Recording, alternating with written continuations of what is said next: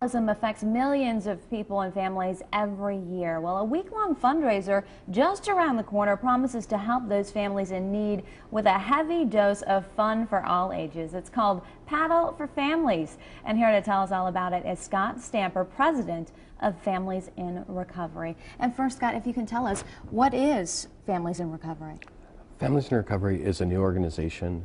We've been around for just a couple years, and the mission of the organization is to work with children and others impacted by family alcoholism. And so, as opposed to working, say, directly with the alcoholic, we tend to focus more on those who've been impacted by alcoholism. And it can have a huge impact on families. Yeah, amazing. We found that there's just not much in terms of direct services, and there's not a larger community-wide dialogue going on right now to help people to understand how painfully normal it is coming from an alcoholic family. It's unfortunate, but it's also true that there are more than half of us come from families where there's alcoholism right in the family. And the statistics only tell you a little bit because it's really a very personal disease and a personal problem. And so our goal is to help people to think about why it's important to start addressing their own issues coming from an alcoholic family. That there's a perception that once the alcoholic gets help, if the alcoholic were to get help, the problem goes away, and it's just not true at all. It's almost getting from secondhand smoke, getting lung cancer, and some other kind of cancer. The cancer doesn't go away because the parent gets treated. Wow. Any personal connection for you being involved with the organization? I have alcoholism is a multi-generational disease, it tends to be, and so I come from a couple different alcoholics. It's just very pervasive, and thankfully my parents were able to sober up. They're doing amazingly well, and one of the things that's been really beneficial is when I did my sort of internal work and then when I was able to focus on my own healing, when they were able to sober up, I was there to help them and be sort of a partner in their growth. And they've grown into astonishing people that I wouldn't have been able to know had I not done my own work. Wow. And that's what we're trying to bring to others. To focus on the people affected by it. Yeah. Wow. What kind of services do you guys offer? We're new. Our website is our primary outreach right now. Sure. We have a new program that we've developed called Healing Path. It's an educational program, and we're offering it with partners around the community. So we've just started working with Veterans Outreach Center, and we're going to be offering it with them, we're hoping, in the fall.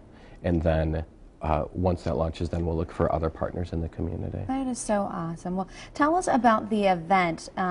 It involves paddling, right? Yeah, canoes and kayaks. The name's a bit tongue-in-cheek, obviously. But it's canoeing and kayaking. We wanted to have a first event. There are walks around, there are runs, and there are other types of a-thons that all are great, but we wanted to do something a little bit different, and I've not seen many things focusing on kayakers and canoers. And so I thought, let's bring two things together that I love, paddling and the organization. So this is only our second year. We had a great turnout last year. A lot of people were real interested in helping. So we're looking forward to another great year. And where's it at? When's it taking place? Sure. So it's going to be all around. One of the great things, last year I had someone paddling for me in Maine. Oh, wow. There's actually no geographic limitations. One of the great things about people who love to paddle is you can do it anywhere you want. I love going down on Braddock Bay, which is one of the places that we're having the event. There's a lot of amazing places to paddle around here. And so the idea is that people can go wherever they want, and over the course of the week, they indicate how many hours they think they'll be able to paddle. So I'm pledging 20 hours. And then you get sponsors?